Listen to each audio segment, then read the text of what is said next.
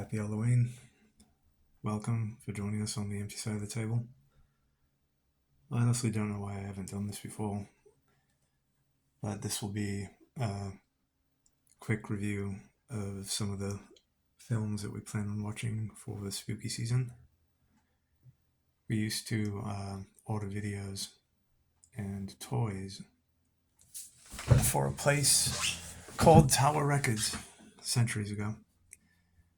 So we were always able to snatch up some pretty cool films.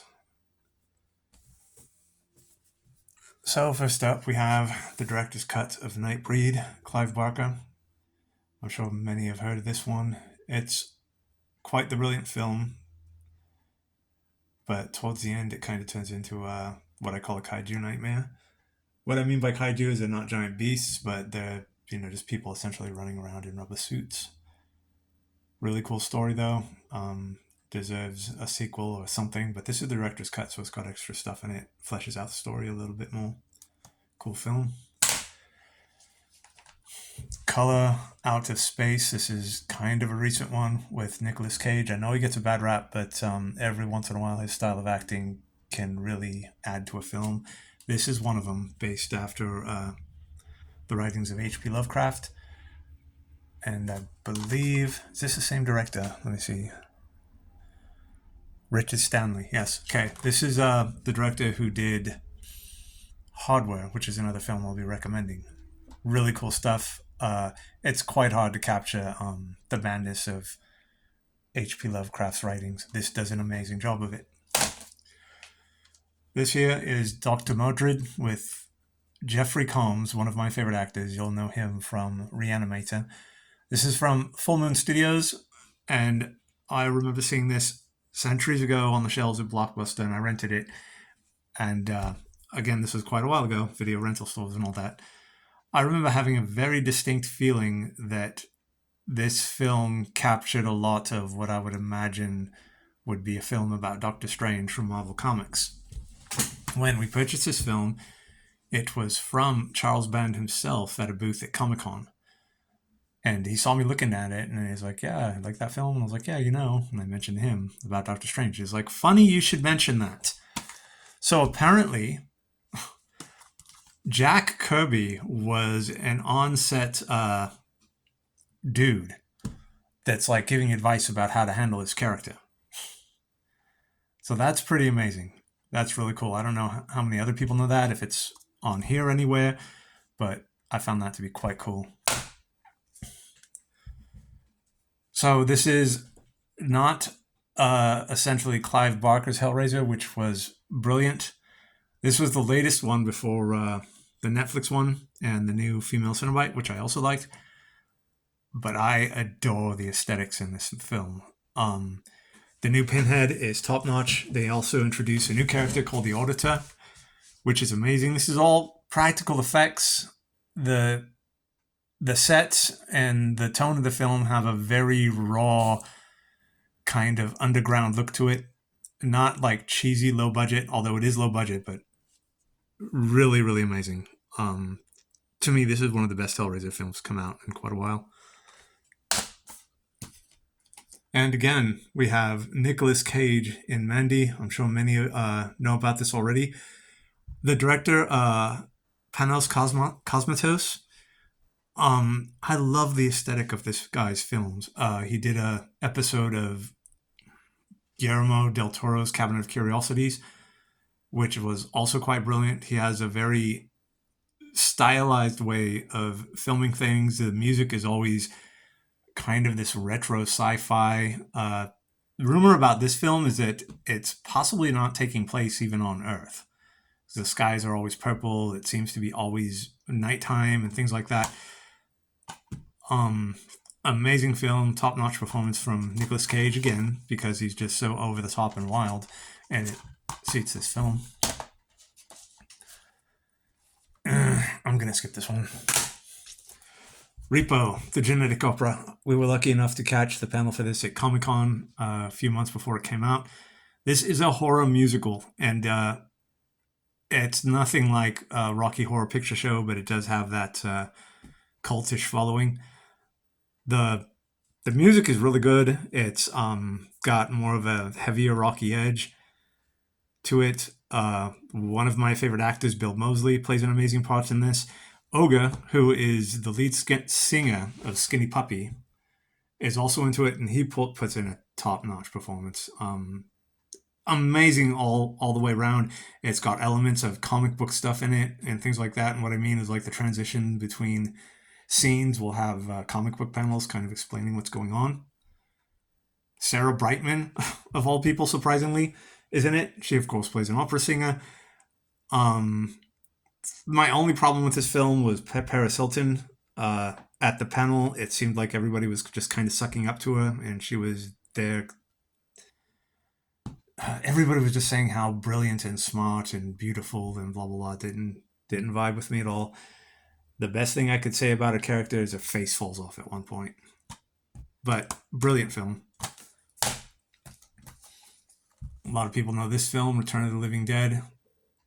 Cool, classic zombie film.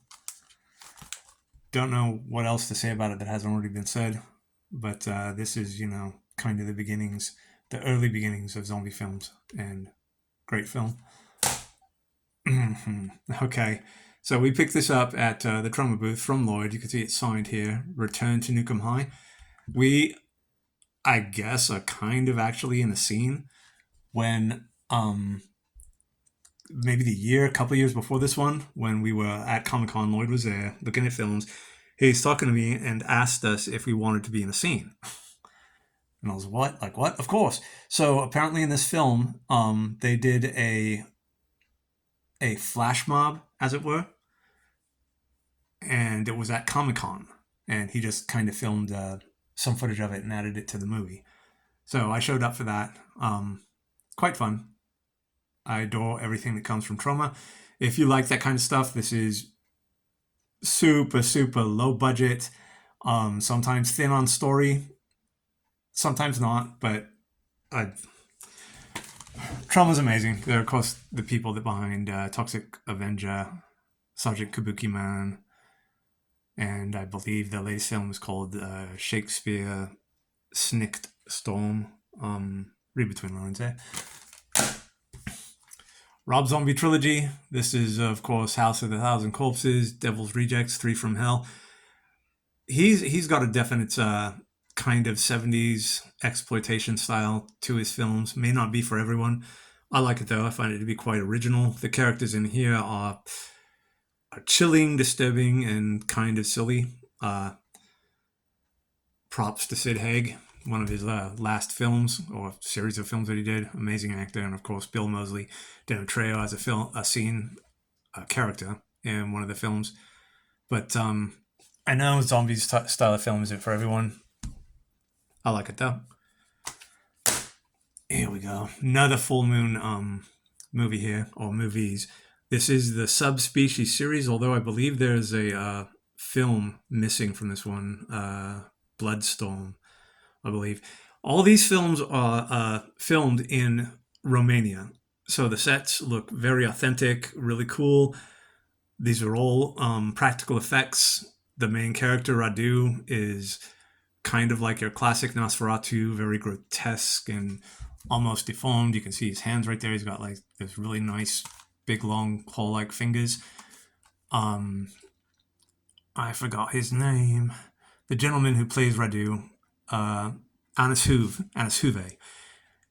He's born to play this character. Really, it's his dude. It's who he does, and it's amazing. They released a film about when he became a vampire and his whole backstory, which was also really good. I don't think that's out on DVD yet. But personally, I believe the Subspecies films are probably the best of the vampire films to come out during the 90s, maybe.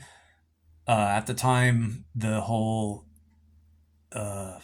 vampire interview with a vampire type stuff, and all vampires are beautiful and tortured souls, and it just didn't vibe with me, not at all. This guy's a vampire and he loves it, and it's amazing. I'm sure people know about these films, Sinister and Sinister 2. The the atmosphere of these films are just like a slow, creepy, crawly, amazing, amazing stuff. The soundtrack from a group called Tom and Andy, they did one of the themes for the Mothman prophecies, I believe. Those guys are really amazing at capturing that kind of sullen but creepy sound, and they do that in spades with these films. Really, really cool stuff. I'm sorry I'm not giving you more about the stories or anything like that. It's I'm rushing through these, but I recommend these films wholeheartedly. This film in particular is about children being possessed, and they end up, getting so possessed that they commit murders and things like that. But how you find out about it is through found footage. And it's through the spirits of these children that were previously possessed and killed that introduce these films to the children, and they slowly get taken over by this demon here. Because I think they call him Bagul. And you only see him just kind of like in hindsight. It's the children that do all the stuff. And the films that they show them are just creepy as all get out. Brilliant stuff. Now, I know I said that I had a hard time with the whole tortured vampire thing. This is Vampire Generals from the same people that brought you the Subspecies series, and it takes place in the same universe. And this kind of plays on that whole, vampires are beautiful, tortured kind of things. They're a lot more evil in this film. You've the main character, I forgot his name, I think it was Zachary, this dude here. He's, the tortured guy that kind of goes through the film whining about how he despises his existence or whatever. And he runs afoul of this collective of vampires that operate a casino that is actually owned by Radu. And they do make reference to Radu. And at one point, I believe it was in Bloodstone, the film after this, they introduce that those group of vampires and that casino. So these all tie in. It's still a really good film. If nothing else, the atmosphere is just always top notch. Really amazing sets and lightings and things like that. I realize a lot of people will have some trouble with the acting, but if you like the Subspecies films and you want to kind of dive into the lore and things like that, check out Vampire Journals, the Wishmaster collection. I adore the Wishmaster. The first film had very Barker-esque elements to it, with the Jinn. The actor who plays the Jinn is amazing. He gives a lot of weight to the character. It might come across as being cheesy or over the top, but when you think about it, the character he's playing is very, very ancient. He's been around a long, long time. So he might emote or act or speak a bit differently, odd compared to how we would think. Amazing stuff. Really, really brilliant. And as an aside, I don't know if this gentleman is acting anymore, but I thought early on when they were announcing the Batman films with Christian Bale that I thought this guy would make an amazing Mr. Freeze. But anyway, that's enough for the Blu-rays. Let's go to your regular DVDs. A lot of these we picked up at Tower when we worked there. Monster Man. This film is straight up silliness. Just silly good fun. The main character, he's kind of like a serial killer on wheels. They don't give any backstory to him about, how he came to be or whatever. But, they give a little bit. They don't tell you why he's able to do what he does. But what he does is on this lonely, open country road, he runs people down with his giant monster truck and harvests their body parts and adds them to himself. Again, straight up silliness, really fun film. 2001 Maniacs, featuring the almighty Robert Englund. The sequel I just did not like. I don't want to say more than that. This is a brilliant film. It's kind of fun. Teenagers on vacation, I guess, or something, come across this tiny town that celebrates, Civil War era type stuff, and they get invited to their festival, and it turns out that they're all cannibals. So there's lots of gore, lots of really cool kills, things like that. Fun film. Clive Barker's Midnight Meat Train. Brilliant film.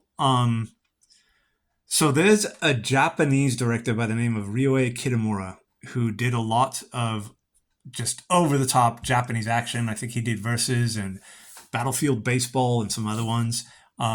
He always uses the same actor, Tak Sakaguchi. But anyway, this film is atmospheric as hell, really brilliant. It's directed by Ryuhei Kitamura. At first, I didn't recognize the directing style, but as I dove into it, I was like, okay, this makes sense.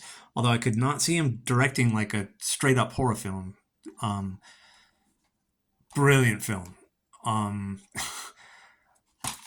Oh boy, I don't know what to say about it. So there's a gentleman. He harvests people to give to like a ancient deity, a beast, via this train.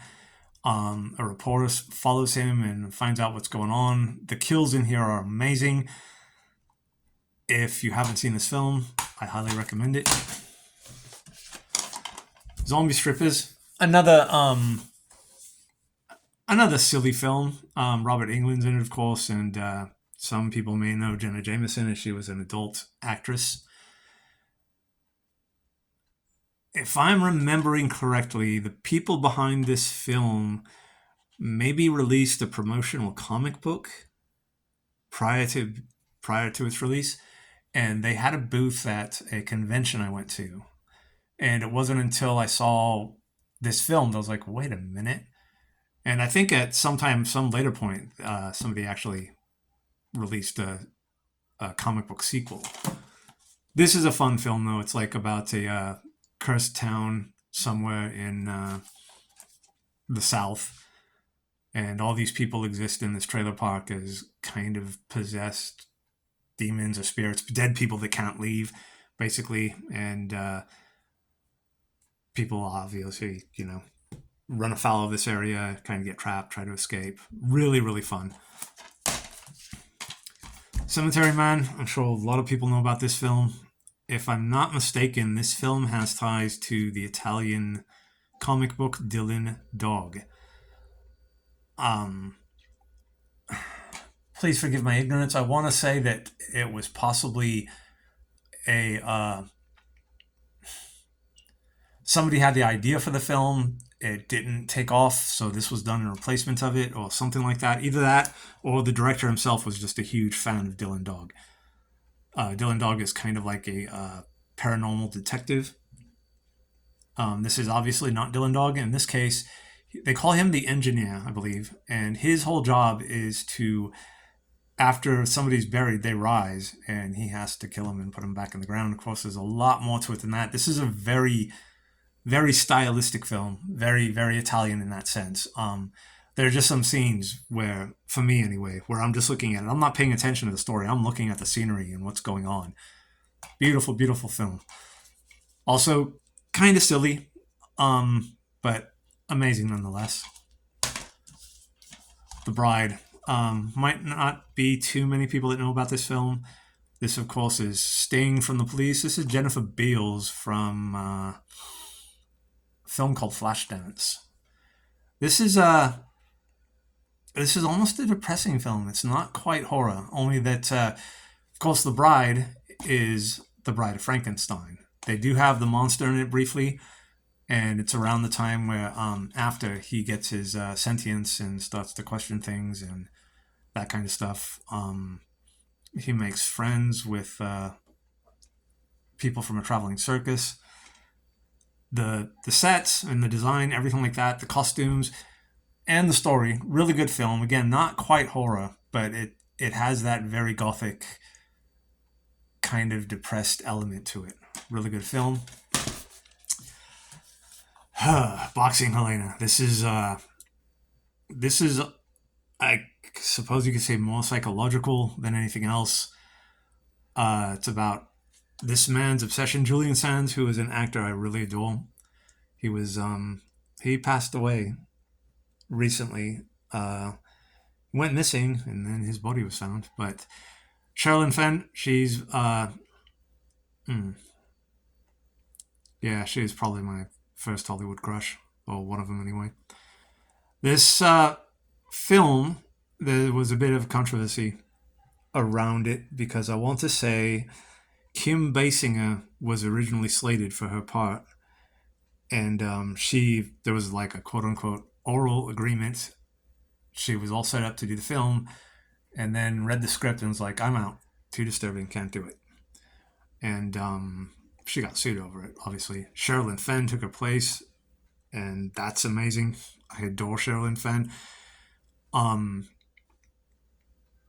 so you find out through flashbacks and things like that, this guy is a brilliant, brilliant surgeon, but he had a very, very odd kind of messed up childhood, and he ends up being obsessed with this lady who he met kind of once and just got obsessed with her after that. Um, is kind of not necessarily following around or stalking, but is always trying to get her attention by inviting her to parties or things like that. The film opens with him at his mother's funeral, I believe, who find out through flashbacks was not the best of mothers. And at one point, he kind of tricks her into going to his house to retrieve something. And on the way out, she storms out. She's quite mad, rightfully so. She gets hit by a car. So him being a surgeon decides that I'm the only one that can take care of her. So he brings her in and nurses her back to health and removes her legs. So she's essentially trapped there. I won't say much more than that. This is directed by David Lynch's daughter, Kelly Lynch, I believe. Really good film. I recommend it. Now, this is one of the first films, if not the first film, by Richard Stanley, the gentleman who did Mandy, right? No, Color Out of Space. Gentleman who did Color Out of Space. This was an amazing film for its time. All practical effects, as most movies were at that point, kind of got buried because of the Terminator, and people are making comparisons where this is quite the different film. Very, very different. This is set in a post-apocalyptic setting. The main character is kind of like a junk artist where she goes out into wastelands and picks up random things, one of which is the skull of a fallen combat robot or something like that. And she incorporates that robot into one of his sculptures, and the robot kind of reforms itself and starts killing people. There are a few cameos in this film. I want to say Lemmy Kilminster from Motorhead is in it, and Carl McCoy from a band called Fields of the Nephilim. I adore Fields of the Nephilim. Carl McCoy has that, naturally, just has the kind of post-apocalyptic gothic cowboy look that fits really well into this, but it's a very, very small cameo. Quite small. Brilliant film. I don't want to say low budget, but some people see it and just be instantly turned off by the look, but stick with it. Cool film. I'm sure a lot of people know about this film. If you don't, you must see May, another film we picked up at Tower. I believe we read a review for this in the Rue Morgue magazine before it came out and just was instantly captivated. The visuals in this film and the way this character is portrayed by Angela Bettis, who just does like the creepy, awkward kind of thing really, really well. Quite well. She was also in an episode of Masters of Horror called Sick Girl, where she kind of played the same part. Not quite. But in this one, she plays a girl who was kind of bullied as a child, never had any friends, and her best friend was a doll that her mom made her. And as an adult, not quite bullied, but just very detached from people. She becomes obsessed with people's parts rather than the person themselves. There's a gentleman she obsesses over, and she adores his hands. She'll like sit across the street and just stare at his hands. At one point, she finds that he's kind of asleep, passed out, and she, you know, like the awkward girl she is, goes up to the table and starts nuzzling his hands. um, the doll she still has in a glass case, she keeps, and she teaches in a school for blind children. She brings the doll in one day to show them, and of course they cannot see it.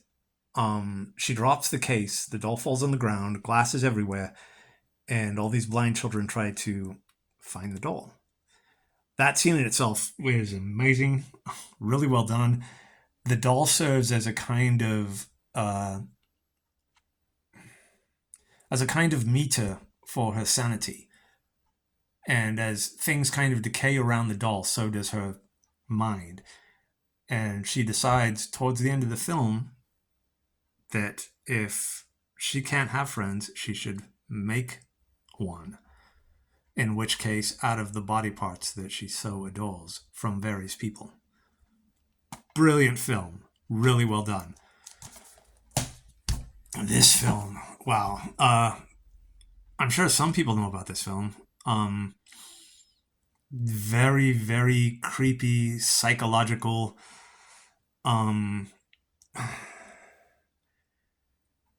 It has some kind of gross out scenes or uncomfortable scenes. Lots of scenes of people just eating, close-ups of their mouth, and very drippy, but cooked meat and things like that. There's these two unmarried, obviously. They have a boy who's kind of disturbed, and there are just scenes of him like sitting at the table looking at the food and not really knowing what to do with it. At one point he asks the question, what are we having for dinner tonight? And the mom is just kind of leftovers. Then the boy asks, what are the leftovers from? So if that doesn't pique her interest, I don't know what will. This could be a disturbing film for some, but really well done. I can honestly say I haven't seen another film like it. Probably one of the best series of films that I've seen Christopher Walken in. He plays the Archangel Gabriel in it. This film it's not rife with the whole Christianity and all this other stuff like that, but it is about the war between heaven and hell. And Viggo Mortensen, this was the first film I saw Viggo Mortensen in, and he plays an amazing Lucifer. Like, for the longest of the time, I couldn't see anybody else playing Lucifer. This is a really, really, really good film. If you know your studies or whatever as far as religion and things like that, there's going to be some quotes and things that you're going to get and understand. What I liked initially about this film was that at first you hear, he's Gabriel. Oh, he's an angel. And you start to question who are the good guys and who are the bad guys. These angels aren't acting like you would think angels would act like. Elias Koteas is also in this. He played Casey Jones in the first Teenage Mutant Ninja Turtles movies. And he is a cop studying, these deaths. And turns out some of these deaths are, angels battling. But what the coroner finds out is these corpses, they don't have eyes. Not because they were gouged out, they just never had eyes. And they're also asexual. They don't have any kind of sexual organs. And slowly, because of his, training when he was younger, he wanted to be a missionary, he figures out, okay, these look to be angels. Really, really good stuff. Amazing stuff. If you can handle all of the kind of religious stuff in it, which isn't much, it's a good film. The sequels are good. I think the next two are probably the best, but there's several after that. But if you like, Christopher Walken's crazy and you like a good story, kind of very atmospheric. There's all the angels wear overcoats and they perch on the backs of chairs, like not on the top over that right there. They perch on it like that. They don't just sit. They perch on the back of the chairs. It's really cool. But I'm saying too much about that film. Obviously, I like it a lot. Of course, everybody knows Reanimator, and all the sequels that followed it were also quite good. Jeffrey Combs is one of my favorite actors. You saw him briefly on the other film we showed, Dr. Mordred. This is, of course, based after H.P. Lovecraft's writings. And this film is really, really over the top. Kind of campy, but it doesn't revel in the camp. It takes itself quite seriously. Really good film. Highly recommended. Again, I adore Jeffrey Combs. This is a Stuart Gordon film. I think it was. I forgot. I'm sorry I don't know more about these. I should have done more study, but this was a last minute thing. Yes, Stuart Gordon bio. So this has got some extras on it. Cool stuff. If you get the chance, watch it if you haven't already. And of course, we have Beyond Reanimator and Bride of Reanimator. All good films. Slither. This is by James Gunn. I don't know if it was his first film outside of Troma or not. Gunn got a start in Troma with Romeo and Juliet, I believe. And when I first saw this film, I was wondering if maybe it was a remake of something, but I don't think it was. This has got some crazy gore in it, quite silly. I think what's his name is in it, Michael Rooker. That's an actor I don't like. I don't like him at all. He essentially always plays the same part, or just plays himself.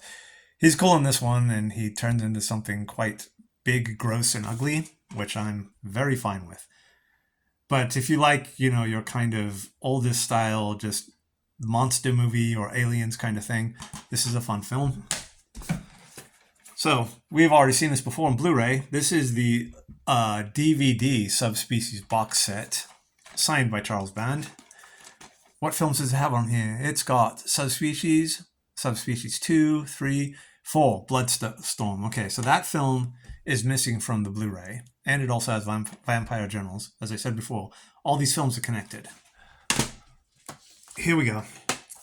Warlock with Julian Sands. This was the gentleman that was in Boxing Helena. This is the film he was in before that. Really cool film. The sequel is just as good. He plays kind of an ancient character, a wizard, I believe, who was trapped via these runes, and he's brought back and goes to collect the runes by, killing people and creating havoc and things like that, curses and all that. Brilliant film, really fun. I adore Julian Sands. If you want just your kind of simple but fun horror film, this could be one of them. Wizard of Gore. Okay, so this has the amazing Crispin Glover in it. Another actor that I absolutely adore. He's one of those dudes that just never plays the page, and he'll go the opposite of things sometimes. This is a remake, I believe, and a lot of the girls in it, they're Suicide Girls. So he plays a dude with kind of like a late night magician act at a club. And the sets, like when he's doing a show, they're quite gory, and it turns out he's actually killing people.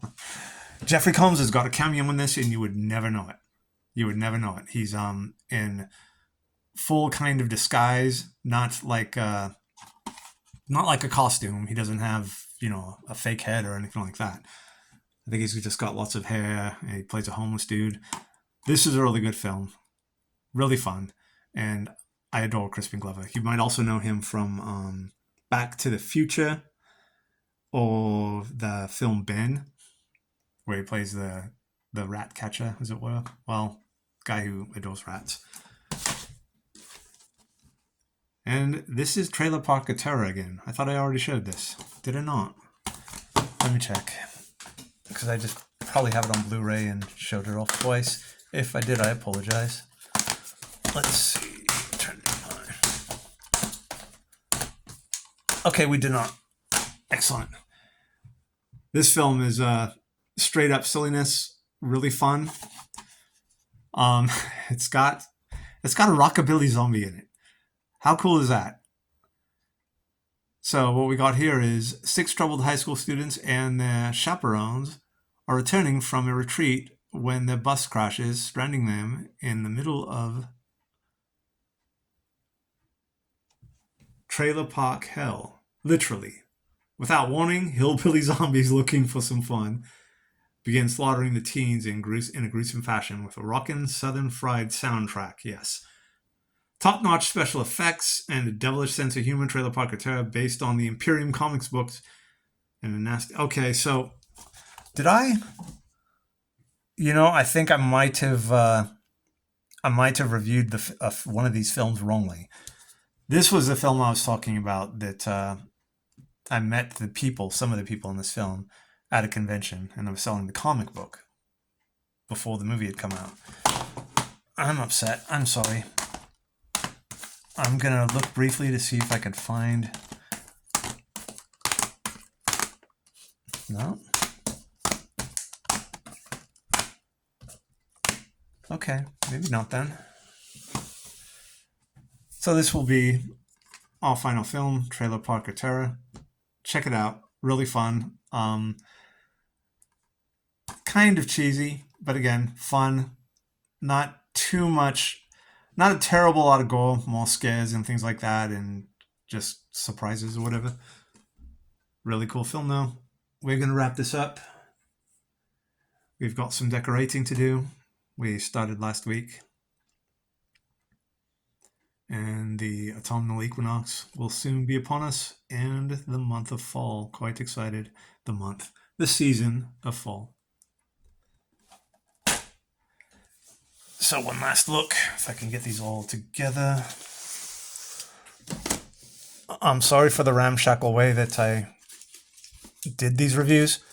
If you would like to know more about them, I'm sure you could just always look up a trailer or something like that. I tried to pick out films that everybody didn't already know. Otherwise, I'd have things like Trick or Treat, which is absolutely brilliant and my most favorite Halloween film of all time. I'm not the biggest fan of the actual Halloween John Carpenter films. I like the second one, Season of the Witch. But to me, there was no... I'm probably going to be getting a lot of flack for this from horror fans, but I was just never impressed with Michael Myers. He's a big dude in a mask with a knife. So what? Really. I feel the same way about Chucky, of course. But yeah, I do like Season of the Witch, and the original plan, if I'm not mistaken, for the Halloween films was the Mike Myers character was a one and done. He didn't want to bring him back after that, which was why the Season of the Witch was different, because what Carpenter was wanting to do was like an anthology of films, who knows for how long, where these stories take place around Halloween, not necessarily around one character on Halloween. So when the second Halloween came out and people were expecting, oh boy, more Michael Myers, they kind of maligned it. They didn't understand what he had initially planned. But, I've got nothing against the fans and the people that like Michael Myers. I'm not gonna piss all over somebody else's fandom, because obviously we have our own. So once more, if there's a film you're curious about with any of these, I'm more than happy to answer any questions or to go into a full review of any one film. Quite excited. We adore this time of year. Thank you. Stay healthy. Always be kind. Take care.